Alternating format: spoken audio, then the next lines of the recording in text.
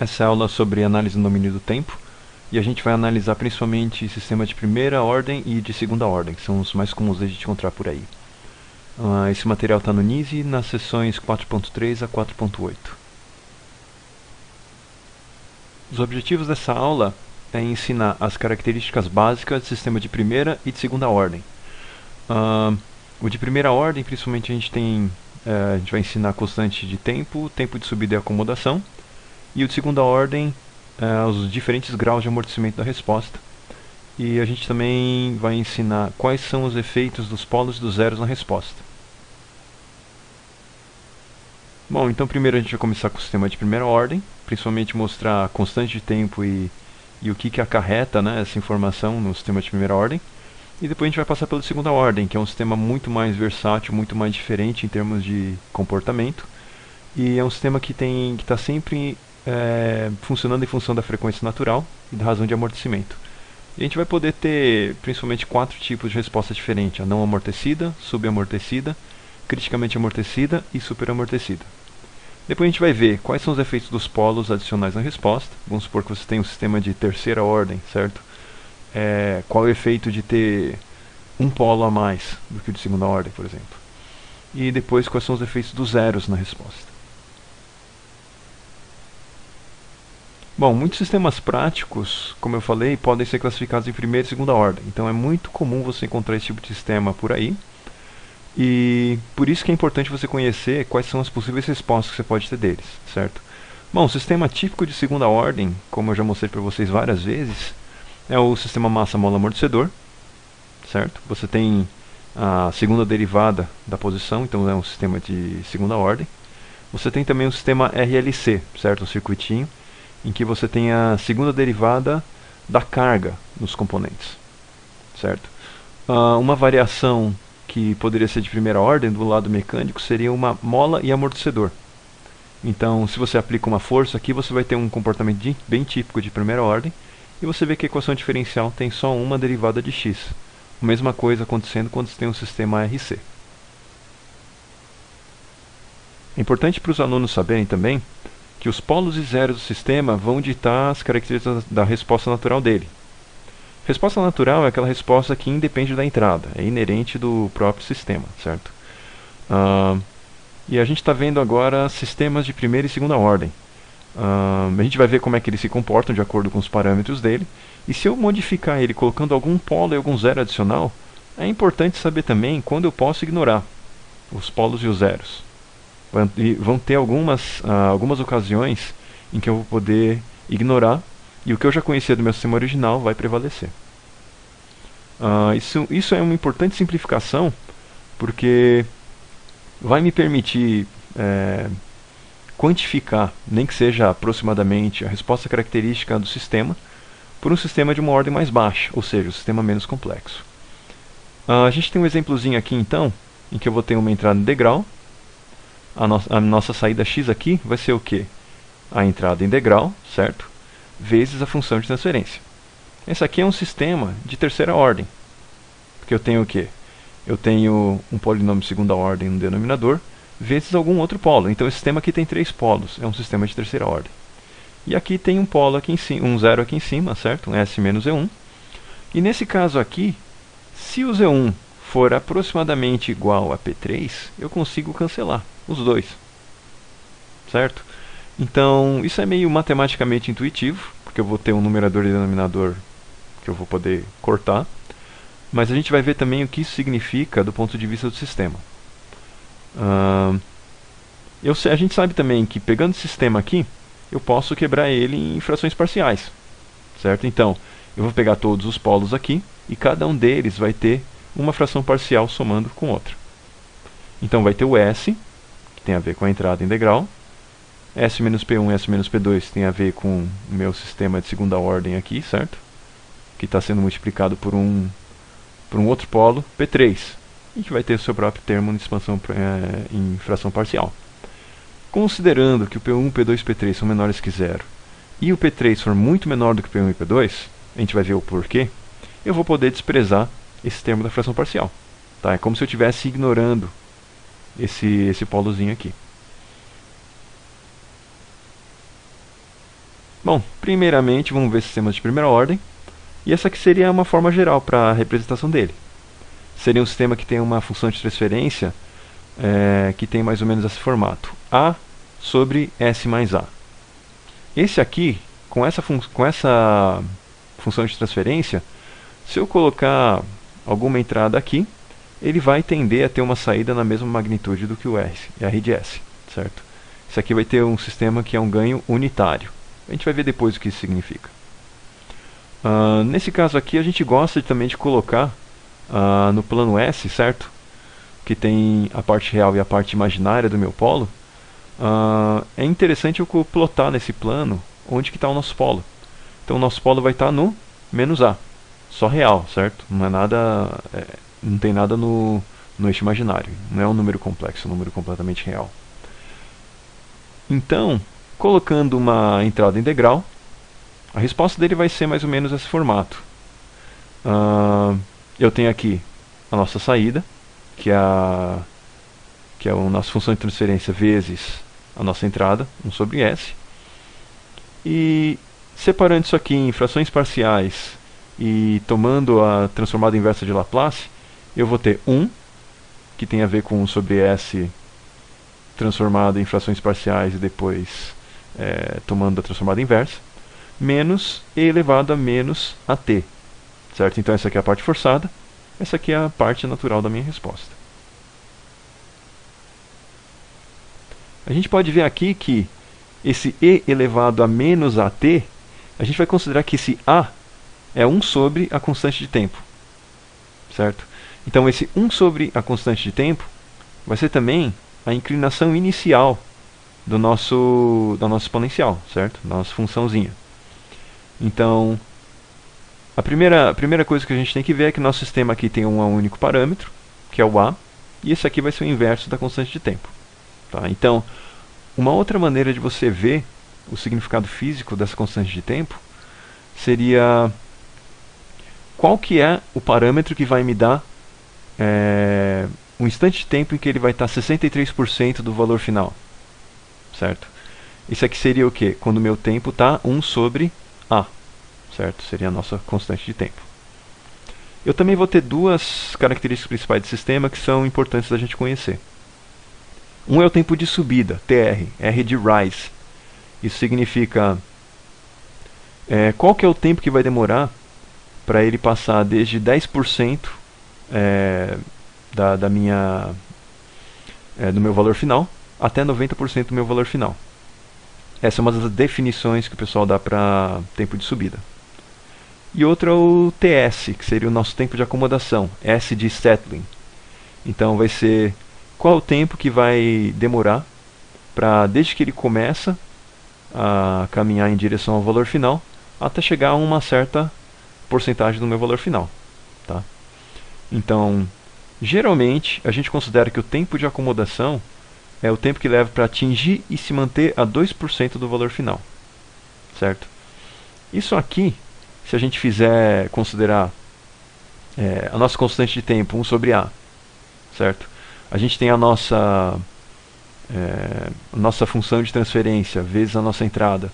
Eu sei que a nossa função de transferência vai dar esse tempo de decaimento, porque essa é a parte natural da minha resposta, e elevado a menos AT. Certo? Então, se eu pegar essa função aqui da minha saída no tempo e for procurar qual que é o tempo em que isso aqui vai chegar a 98% do valor final e não vai sair mais, eu vou chegar na expressão que o TS, o tempo de acomodação, vai ser igual a 4 sobre A. Voltando aqui para a constante de tempo, a gente viu que quando eu tenho o tempo chegando na constante 1 sobre A, é o tempo que vai ter um decaimento para 37%, ou seja, ele saiu do inicial e chegou a 63% do valor final, ou então o tempo que demorou para ter um decaimento a 37%. Isso aqui é importante porque isso mede a velocidade da nossa resposta do sistema.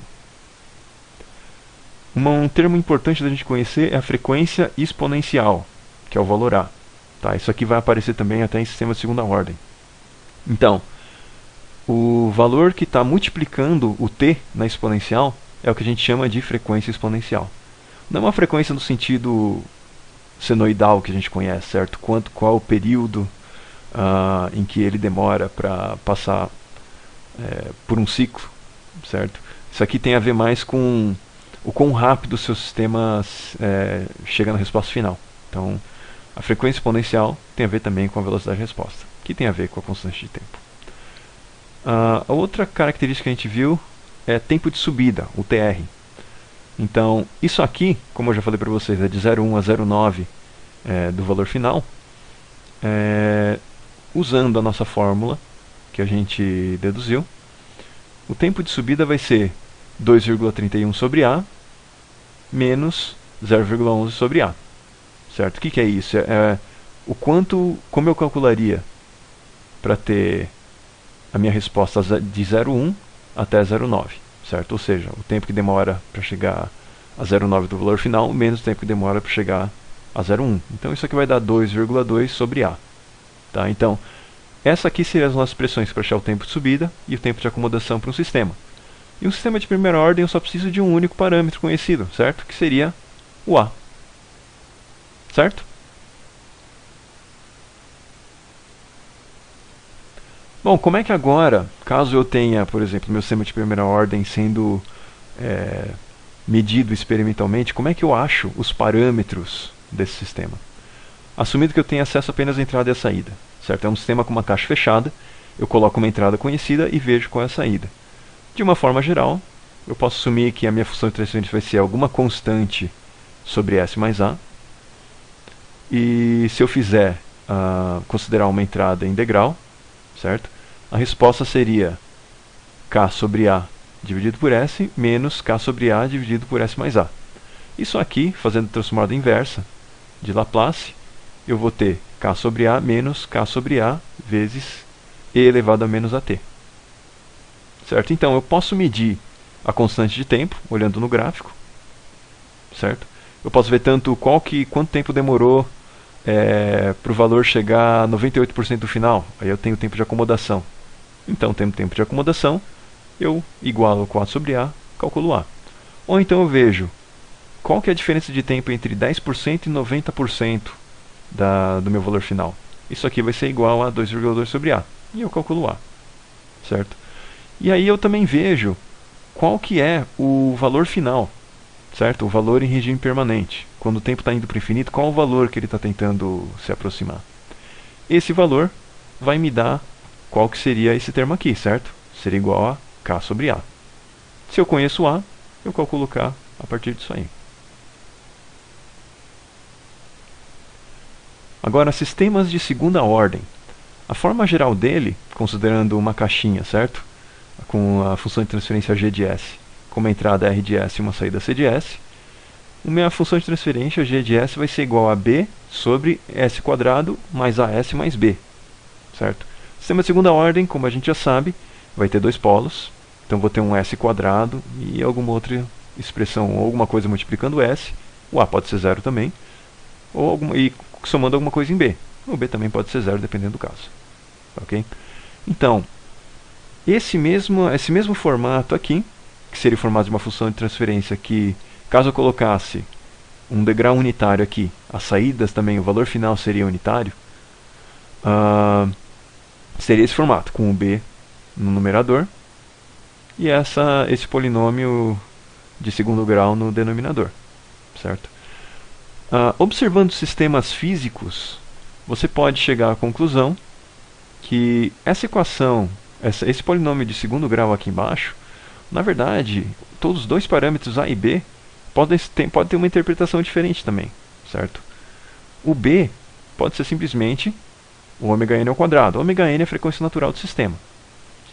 Um sistema de segunda ordem mecânico, um exemplo dele seria o sistema massa-mola-amortecedor. Certo? Então a frequência natural seria qual frequência que o meu sistema naturalmente ele entraria em oscilação. Certo? Se eu der um peteleco no meu sistema mecânico, ele vai oscilar em torno de qual frequência? Certo? Essa seria a frequência natural do meu sistema.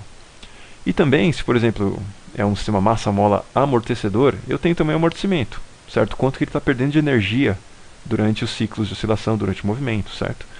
Então, o meu A seria equivalente ao 2 vezes a razão de amortecimento zeta vezes frequência natural ômega n. Tá? Essa razão de amortecimento aqui vai me dar qual que é o tipo de sistema que eu tenho, qual o tipo de resposta que meu sistema de segunda ordem está mostrando para mim. Então, a gente enxerga primeiro pelos polos qual que seria o comportamento do sistema. Então, vendo o polinômio de segundo grau que eu tenho aqui nos meus polos, por Bhaskara, eu posso dizer que os meus polos S1 e S2 vai ser igual ao quê? Menos zeta ômega n, mais menos ômega n raiz quadrada de zeta ao quadrado menos 1. O que é importante a gente perceber aqui é que, dependendo do valor de zeta, eu vou poder ter o quê? Raiz quadrada de um número negativo também, certo? Então, o meu polo pode ser complexo.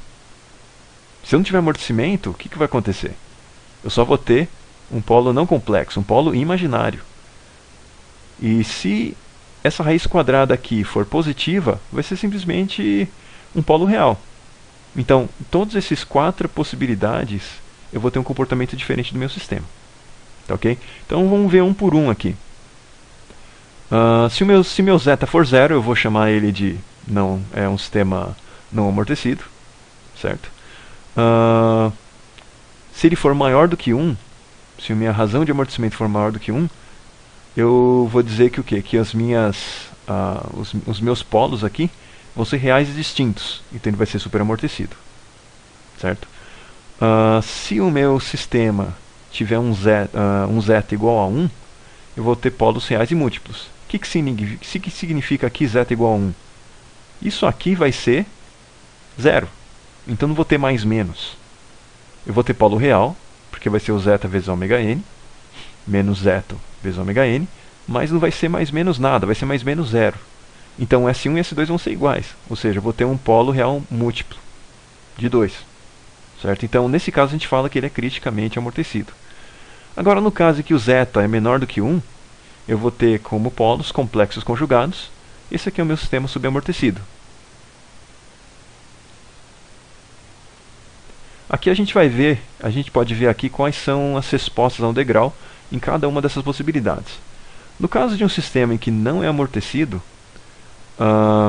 o zeta vai ser igual a 0, certo? Não vou ter nada de amortecimento mesmo.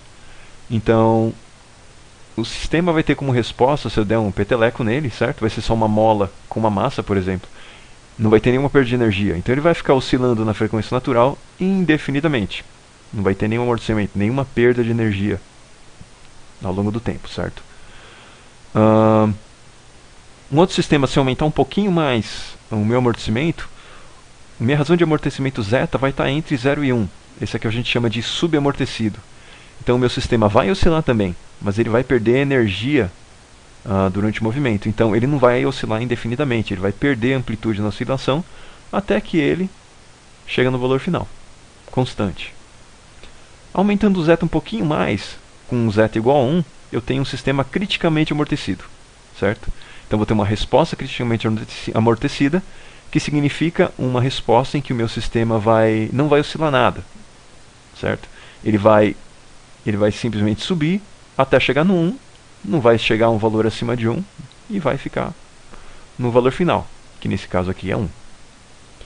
Eu também posso aumentar mais ainda, vai ser super amortecido, mas o sistema vai ficar mais lento, vai ficar tão amortecido que ele vai demorar mais para chegar no meu valor final. Bom, agora vamos ver um por um quais são os tipos de resposta. Primeiro, resposta não amortecida, quando zeta igual a 0. Quando zeta igual a 0, eu não vou ter, o meu A vai ser igual a 0, certo? Então, 2 vezes ômega n vezes zeta vezes S, não vai ter nada lá, certo? Vai ser tudo 0. Se o meu zeta é igual a 0, vai sumir esse termo aqui. Então vai ficar só S quadrado mais ômega n ao quadrado. Então, se eu for ver aqui qual que seria os polos desse sistema, seria o quê? S quadrado mais ômega n ao quadrado igual a 0. Ou seja, S vai ser a raiz quadrada de menos ômega n ao quadrado. Então eu vou ter um número imaginário aí, certo? Então eu vou ter raízes aqui dessa equação aqui, desse polinômio. Vai ser conjugado, certo? Complexo conjugado, mas vai ser imaginário. Tudo imaginário. Então, A parte positiva aqui, imaginária, vai ser Jωn, e o outro polo vai ser menos Jωn. Isso aqui, se eu fizer a transformada inversa de Laplace, eu vou ter uma resposta c no tempo igual a alguma amplitude vezes uma senoide. Isso aqui vai ser completamente não amortecido, vai ser uma senoide que vai ter uma amplitude contínua. O outro caso aqui seria a resposta superamortecida, quando meu zeta é maior do que 1, e eu vou ter aqui um sistema com todos os termos aqui nos polos. Nesse caso eu vou ter polos reais distintos e a minha resposta vai ser exponencial. Se eu pegar a transformada inversa do meu C de S, eu vou pegar vai ter uma forma mais ou menos assim. Constante vezes exponencial, elevado a menos sigma 1t, mais alguma constante vezes uma outra exponencial, elevado a menos sigma 2t. Nesse caso aqui, o sigma 1 e o sigma 2 são os polos reais, distintos, e é isso aqui que a gente vai ter aqui. Sigma 1 e sigma 2 vai ser... o sigma 1 vai ser menos zeta ômega n menos ômega n vezes raiz quadrada de zeta ao quadrado menos 1. E o menos sigma 2 vai ser menos zeta ômega n mais ômega n raiz quadrada de zeta ao quadrado menos 1. Então vai ser o quê? A parte real, menos zeta ômega n, mais menos aquela outra segunda parte que poderia ter algum número imaginário. Nesse caso, não tem, porque o zeta é maior do que 1. Um outro tipo de resposta, baixando um pouquinho mais o amortecimento, vai ser a resposta criticamente amortecida. Nesse caso, o meu zeta vai ser igual a 1. Nesse caso, a gente vai ter também polos reais múltiplos, certo? Se vocês lembrarem, quando eu tenho zeta igual a 1, eu vou ter só a mesma parte real, e o mais menos ômega n vezes raiz de cima ao quadrado menos 1 vai ser igual a 0. Então vai ser simplesmente menos zeta ômega n. Ou seja, vai ser um polo real múltiplo, dois polos, certo? E se eu fizer a minha transformada inversa de Laplace da minha saída, vai ser alguma constante vezes exponencial de menos sigma 1t, mais outra constante vezes t, exponencial de menos sigma 1t. Nesse caso aqui eu vou ter a resposta exponencial mais rápida sem que haja um sobressinal. Não vai ter nenhuma oscilação. Não é a forma mais rápida do sistema chegar no valor final, mas é a resposta mais rápida sem que você tenha o seu sistema passando por cima do valor final. Vai ter algumas ocasiões em que você vai querer projetar um sistema em que isso aconteça. Reduzindo um pouquinho mais o amortecimento, a gente pode ter uma resposta subamortecida, que é um zeta entre 0 e 1. Nesse caso a gente vai ter polos complexos e conjugados. E a resposta vai ser senoidal com uma amplitude exponencial. Certo? A exponencial pode ser crescente ou não de acordo com a parte real dos meus polos. Nesse caso aqui, se eu fizer a transformada inversa de Laplace, eu vou ter uma amplitude que vai ter um decaimento exponencial vezes uma senoide. Então, no nosso plano S, eu vou ter os meus dois polos aqui, certo? Vai ter a mesma parte real, mas vai ter partes imaginárias conjugadas, certo? Então é importante que a gente vai ter uma nova nomenclatura aqui, o meu sigma d e o meu ômega d.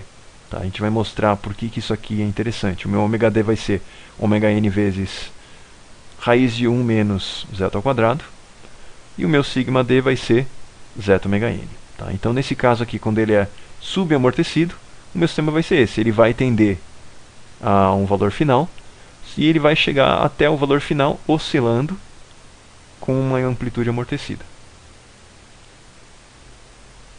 Então, como a gente viu no slide anterior, duas grandezas interessantes da gente quantificar é o sigma d e o ômega d. Agora, o que seriam essas quantias aqui? Sigma d seria a frequência de amortecimento exponencial, certo? Frequência exponencial, como a gente viu no sistema de primeira ordem, é aquele número que está indicando o quão rápido você chega no valor final, certo? Então eu vou ter aqui o meu sigma d multiplicando t na exponencial, essa é a minha frequência exponencial, e a gente chama de frequência de amortecimento exponencial. A gente também tem o nosso ômega d. Nosso ômega d é a frequência de oscilação amortecida. Então, o sigma d e o meu ômega d nada mais são do que a parte real e parte imaginária do meu polo. certo? Então os meus polos aqui vão estar complexos conjugados, a parte real vai ser igual, e a parte imaginária vai ter a mesma magnitude, só que um dos polos vai ser positivo, outro negativo. Então, se eu olhar o meu plano S com os meus polos, e eu pegar um deles aqui, por exemplo, esse polo que tem a parte imaginária positiva aqui, e eu posso ver que o segmento de reta que vai da origem até o polo vai ter tamanho ωn. E se eu considerar que eu tenho um ângulo aqui, θ, certo? Esse ângulo θ vai me mostrar o quê? Se o meu sigma d está aqui e eu sei que ele é ωn vezes zeta, e eu tenho um ângulo θ aqui, então eu sei que o meu zeta aqui vai ser igual a o meu cosseno de θ, certo? Então, o meu sigma d vai ser ωn vezes cosseno de θ. Ou seja, essa porção aqui, essa projeção no eixo dos reais.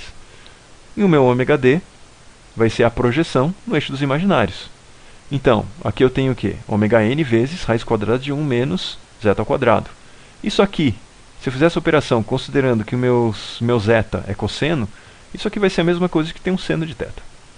Certo? Então, essa aqui vai ser a projeção no eixo dos imaginários do meu ωn, e esse aqui vai ser a minha frequência de oscilação amortecida, ômega-d. Tá? Então, se eu considerar aqui também que na minha resposta no tempo do sistema subamortecido eu tenho um atraso de fase na senoide, o atraso de fase da senoide vai ser dado pelo arco tangente de zeta sobre raiz de 1 menos zeta ao quadrado. Bom, resumidamente, a gente tem 4 tipos de respostas no sistema de segunda ordem: não amortecida, superamortecida, criticamente amortecida e subamortecida. Não amortecida vai ser uma senoide que nunca vai ser amortecida, certo? Superamortecida vai ser um exponencial, não vai oscilar nada. Crítica amortecida não vai oscilar também, vai ser simplesmente uma resposta exponencial, mas vai ser a mais rápida sem que eu tenha a oscilação. E a subamortecida vai ser uma senoidal em que a amplitude vai decair aos poucos até que ele chega no valor final, certo? Caso o sistema tenha um sigma d, um polo com parte real negativa. Observando aqui qual que seria a nossa saída no tempo do meu sistema a um degrau unitário, vai ser 1 menos uma senoide aqui que vai ter uma amplitude que vai decair com o tempo. Então vai ser uma senoide em que com o tempo infinito isso aqui vai decair para zero de amplitude, certo? Porque isso aqui é uma exponencial que vai estar elevado a um número negativo vezes o tempo. Então eu vou ter uma constante menos uma senoide que vai decair para zero no tempo. Então o nosso valor final aqui, nesse caso vai ser 1.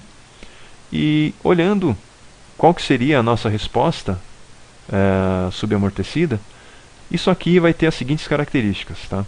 Um sobressinal, um tempo de subida TR, um tempo de pico e um tempo de acomodação TS.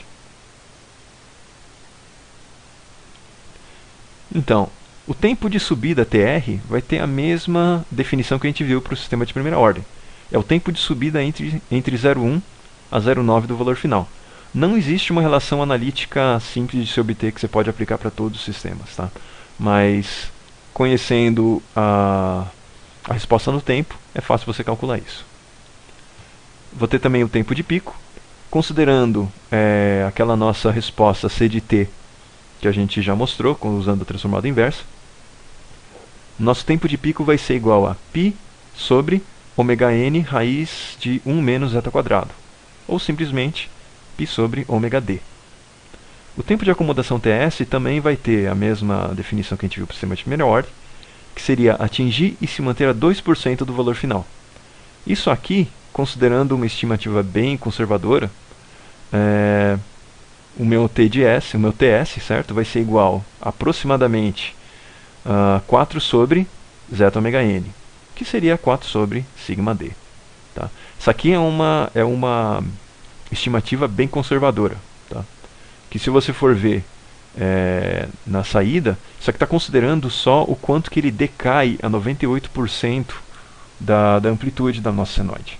Tá? Eu não estou considerando em que ponto da senoide ele chega a 98%. Pode ser um valor de tempo até menor para chegar nesses 2%. Tá?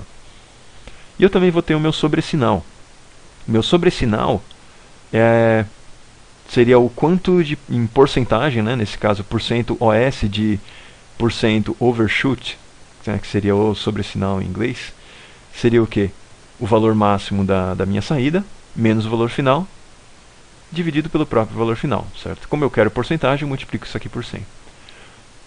Se eu pegar a nossa função c de t e for ver qual que seria analiticamente esse valor, o sobressinal em porcentagem seria e elevado a menos zeta π sobre raiz quadrada de 1 menos zeta quadrado vezes 100. Como eu posso ver aqui, ele só tem a ver com... ele só está em função de zeta, né? O resto é tudo uma constante conhecida, são todas constantes conhecidas. E se eu quiser, por exemplo, qual que é um zeta, ou um zeta em que vai me dar um sobressinal desejado, por exemplo. Usando essa formulazinha aqui, eu chego num zeta em função do sobressinal, vai ser menos ln do meu sobressinal em porcentagem dividido por 100, dividido por raiz quadrada de π quadrado mais ln quadrado do meu sobressinal dividido por 100. Uma coisa importante que a gente pode notar é que o meu sobressinal depende só de zeta, certo? O meu tempo de pico só depende de ômega d. E o meu tempo de acomodação só depende de sigma d. Então, se eu for olhar o meu plano S, certo? Se eu pegar uma linha aqui que sai da origem e vai para qualquer ponto, certo? Uma reta aqui. Uma reta com uma inclinação constante, certo? Ou seja, com um ângulo constante, vai ter o quê? Um cosseno de θ constante, certo? Se ele tem uma cosseno de θ constante, considerando esse θ, certo? Esse ângulo, o meu zeta vai ser constante. Se o sobressinal só depende de zeta, qualquer polo que entra nessa reta aqui, ele vai ter o mesmo sobressinal. Se eu considerar agora um tempo de pico, que só depende de ômega d, e eu pegar aqui uma linha horizontal no meu plano S, minha linha horizontal no plano S vai ter o mesmo número imaginário. Partes reais diferentes, mas a mesma parte imaginária, que vai ser ômega d.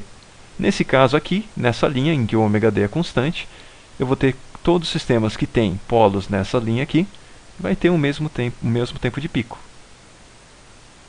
E considerando o nosso tempo de acomodação depende só da parte real do nosso polo, ou seja, sigma d, qualquer linha vertical aqui no meu plano S vai ter a mesma parte real e também vai ter o mesmo tempo de acomodação. Então, sistemas que têm polos em uma linha, nessa mesma linha aqui, vão ser sistemas que vão ter o mesmo tempo de acomodação. Tá? Então, essa seria a interpretação física de como é que o nosso sistema se comportaria de acordo com a posição dos polos no nosso plano S. Então, se eu, por exemplo, pudesse pegar os meus polos aqui e construtivamente, por exemplo, no meu sistema massa-mola-amortecedor, eu conseguisse alterar algum parâmetro dele que fizesse com que os meus polos, numericamente, se deslocassem só no eixo imaginário, certo? Lembrando que no sistema de segunda ordem ele vai ser conjugado, certo? 1 e 1. Eu aumento a parte imaginária um pouco para 2. O 2 vai descer aqui. O 3 vai subir mais um pouco aqui na parte real. Na parte negativa vai descer, certo? Então, esse movimento aqui vai mudar o comportamento do meu sistema, certo? Então, o movimento desses polos no eixo imaginário vai fazer o quê? Com que o meu sistema tenha uma maior frequência. Lembra, a parte imaginária dos meus polos indica qual que é a frequência de oscilação do meu sistema. Então, fazendo com que o meu polo deslize no eixo imaginário, aumentando a magnitude, eu vou ter uma maior frequência, vai ter um maior ômega d, certo? Mas, ao mesmo tempo, nota a parte real aqui, ó, zeta ômega n, certo? Essa parte real aqui não vai mudar nada. Então, essa parte real tem a ver com o meu decaimento, certo? Com o meu amortecimento. Então, eu posso estar aumentando a frequência, mas não estou mudando o meu amortecimento. Então, ó, o que eu vou ter? Vai como se eu tivesse aqui o meu sistema inicialmente aqui, e depois aumenta a frequência, então ele oscila mais rápido, certo? Mas o decaimento continua sendo o mesmo. Eu deixo ele oscilando mais rápido ainda, na curva 3. Ele vai continuar tendo o mesmo decaimento. Então, Se eu colocar uma envoltória nesse decaimento, vai ser igual para os três sistemas. Tá? Então eu posso ver que do 1, aumentando a frequência até o 3, eu vou ter um tempo de subida menor, um tempo de pico menor, certo? Olha o tempo de pico aqui do 1, do 2 e do 3, certo? E eu vou ter um tempo de acomodação constante, porque o meu decaimento da parte exponencial vai continuar o mesmo. E quanto mais eu aumento a frequência aqui, o meu sobresinal vai ser maior também. Agora, se eu mudar os meus polos construtivamente, certo? Mudar a parte real dos meus polos, de 1 para 2, por exemplo, estou aumentando a magnitude da parte real, certo? Nesse caso aqui, a parte imaginária, que seria a parte do ômega d, não está mudando. Então a oscilação que decai não está mudando de frequência. Então vai ter a mesma frequência, mas como eu estou deslocando o meu eixo, os meus polos no eixo real só, eu estou aumentando a parte real, eu estou aumentando também o meu amortecimento. Então, ó, eu tenho 1 e tenho 2 aqui, certo? Do 2 eu tenho uma parte real maior, então eu tenho um amortecimento maior. Ter um amortecimento maior, mas a mesma frequência, significa que o tempo de pico vai ser o mesmo. Só que, como eu aumentei o amortecimento, ele vai entrar nos 2%, certo? Antes do que o sistema com o polo aqui indicado como 1. Então eu vou ter um tempo de acomodação menor. E também, como ele tem um maior amortecimento, eu vou ter um sobresinal menor. Se eu mudar construtivamente aqui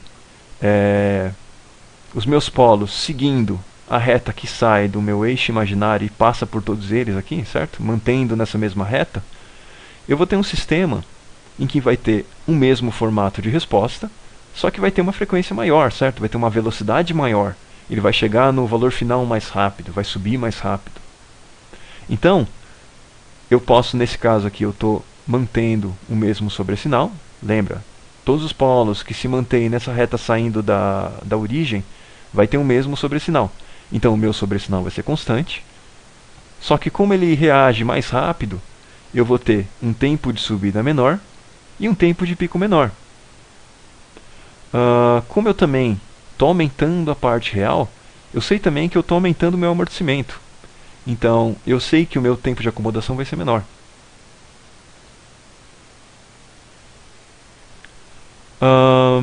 Agora, se eu tiver esse sistema subamortecido de segunda ordem, montado, mecanicamente montado, certo? Ou eletricamente, é um sistema físico, e eu tenho acesso apenas à entrada e saída, como é que eu posso obter os parâmetros desse sistema experimentalmente? Por que isso é interessante? E se eu quiser testar situações hipotéticas com esse sistema, eu poderia pegar um modelo dele numérico, certo? Ou seja, eu pego a função de transferência dele e simulo, certo? Então seria uma aplicação. Por que eu obteria experimentalmente esses parâmetros?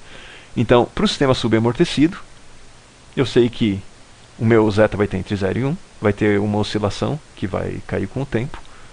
Então, colocando um degrau, certo? Colocando uma entrada em degrau e medindo a saída, primeiro eu posso medir o sobresinal.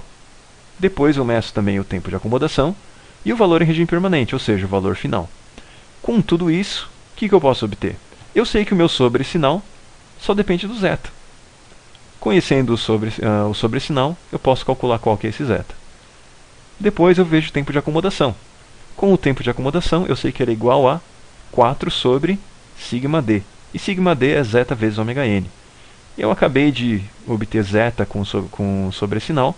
Então, conhecendo o TS, conhecendo o zeta, eu consigo calcular o ômega n. Tá? Então, a única coisa que falta aqui seria o ganho desse sistema. Porque se eu coloquei, por exemplo, um degrau unitário na entrada, eu posso ver qual que é o valor final.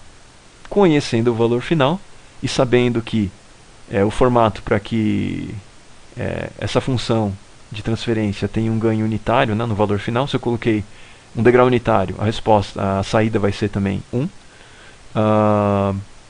É um sistema em que eu tenho ômega n quadrado sobre s quadrado mais 2 zeta ômega ns mais ômega n quadrado.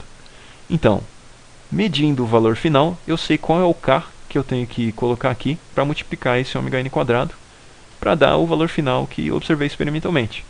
Então, tendo zeta ômega n e qual que é o ganho, eu tenho o comportamento do sistema completamente definido. Então eu consigo colocar esse meu sistema como um modelo numérico e simular ele no computador.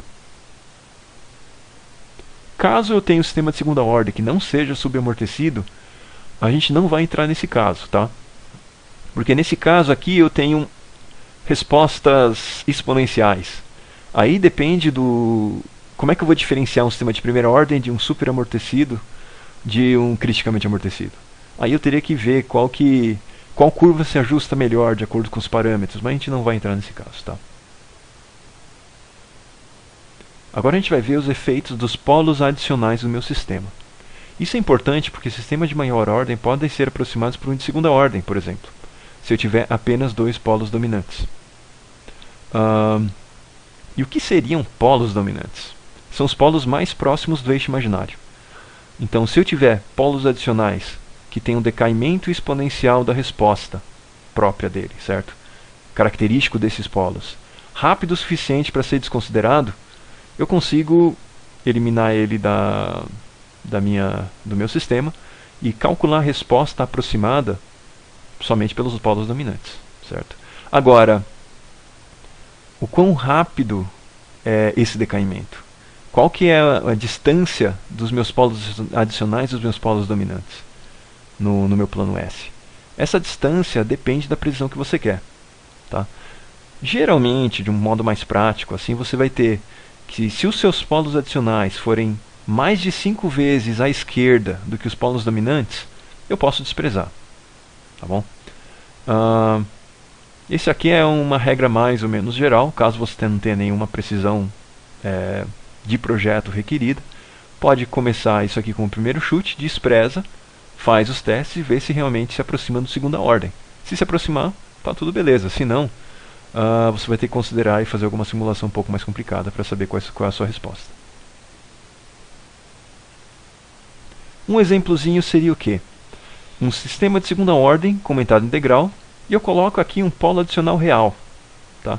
Então, além do meu polo, dos meus dois polos do meu sistema de segunda ordem, eu tenho um polo adicional. Nesse caso aqui vai ser um polo menos alfa R, tá?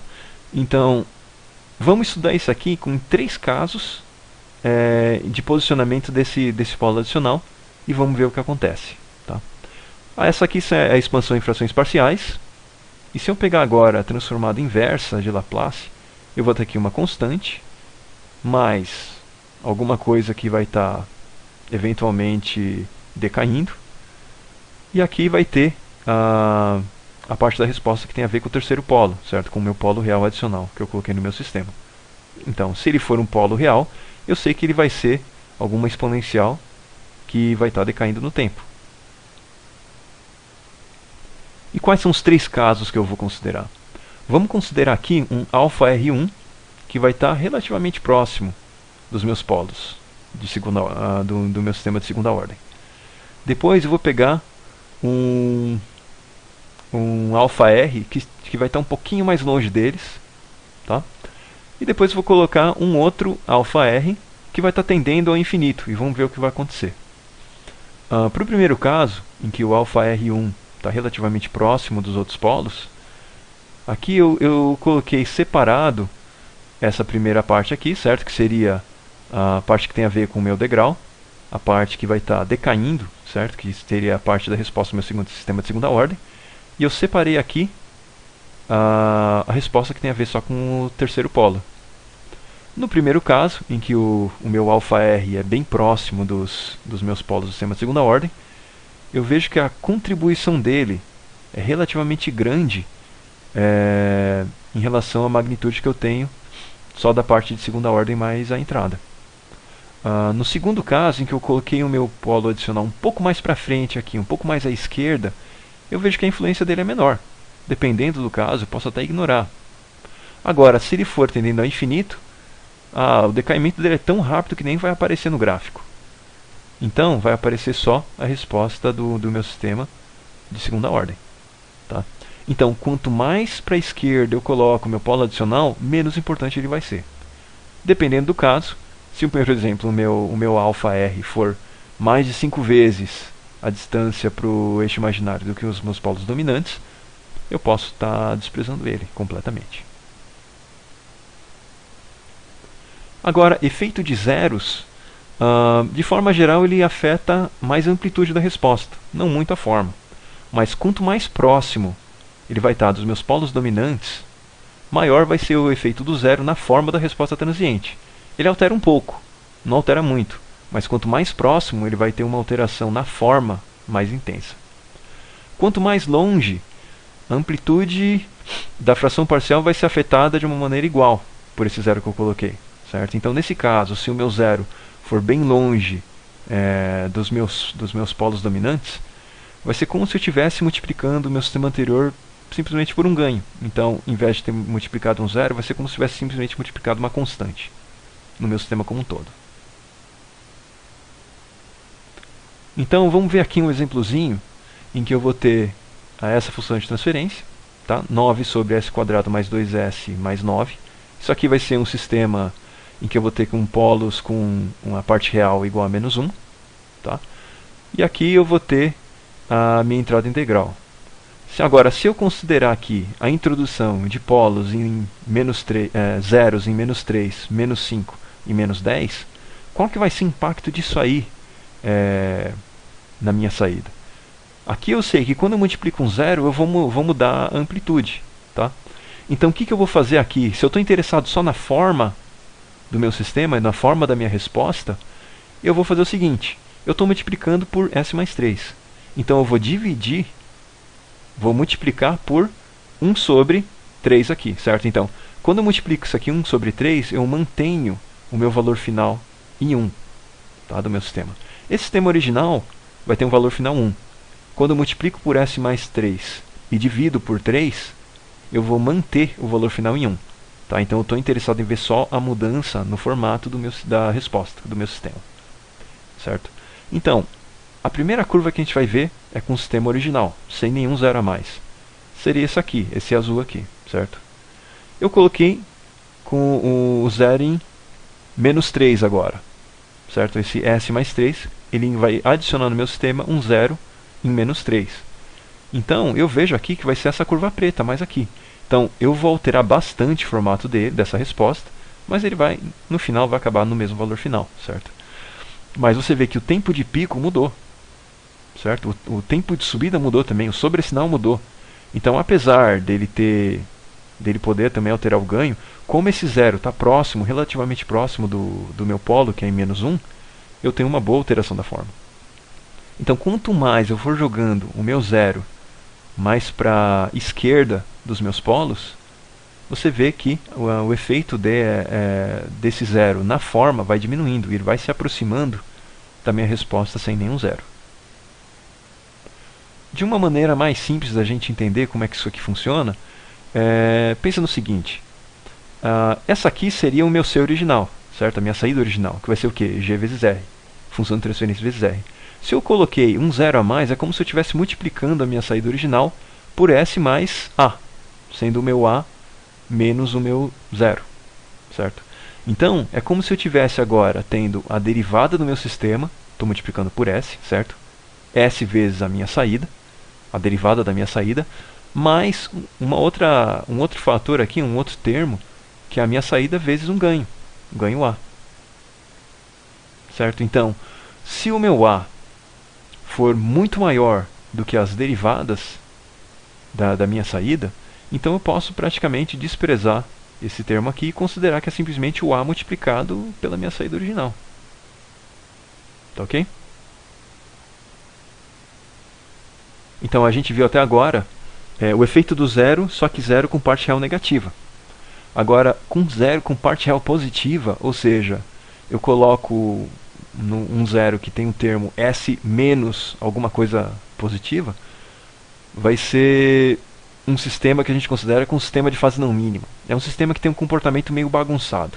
Tá? Ele é bem difícil de controlar. A gente não vai entrar exatamente no que isso significa. Vamos entrar mais conceitualmente. Tá bom? Então, para a gente ver por que ele fica bagunçado, vamos ver o seguinte. Quando o meu zero é negativo, eu estou multiplicando, é como se estivesse multiplicando a minha saída original por S mais A. Agora, se o zero for com a parte real positiva, eu estou multiplicando por S menos A. tá? Isso significa o quê? Que eu estou acrescentando um ganho negativo no meu sistema, certo? Então, a derivada da minha saída original vai estar na direção contrária do ganho do que eu estou colocando da minha resposta original. Então, o que pode acontecer, em boa parte dos casos, é que você vai ter um comportamento inicialmente contraditório em relação à minha entrada. Tá? Depois, eventualmente, ele pode até chegar no valor final que você esperava, mas, a princípio, ele vai ter um comportamento completamente ao contrário do que você espera. Um exemplo de sistema de fase não mínima seria, por exemplo, esse aqui. Tá? Qual que seria o comportamento normal que eu estou esperando no meu sistema? Meu sistema está aqui, no repouso. Coloquei uma entrada em degrau unitário. Eu espero que ele já vá subir, oscilar, certo? Se for um sistema de segunda ordem subamortecido, por exemplo. Vai oscilar e vai amortecer até chegar no meu valor final 1, certo? Agora, o meu sistema de fase não mínima, ele pode fazer exatamente o contrário. Em vez dele subir, ele vai descer e depois vai começar a subir, tá? Aí vai oscilar e vai entrar no seu valor final. Então, é um sistema que, por exemplo, tem uma direção inicialmente alterada para o sentido contrário antes de reagir à entrada da maneira esperada. É como, por exemplo, a bicicleta, certo? Se você vira o guidão para o lado direito, você espera que a bicicleta vai virar para o lado direito. Mas dependendo do tamanho da sua roda, da característica da sua bicicleta, o seu centro de massa pode ir um pouco para a esquerda antes da sua bicicleta começar a virar e você sentir que está indo para a direita, certo? Então esse é um exemplo em que você vai ter um sistema de fase não mínima, e esse é um tipo de sistema bem complicado de controlar, tá bom?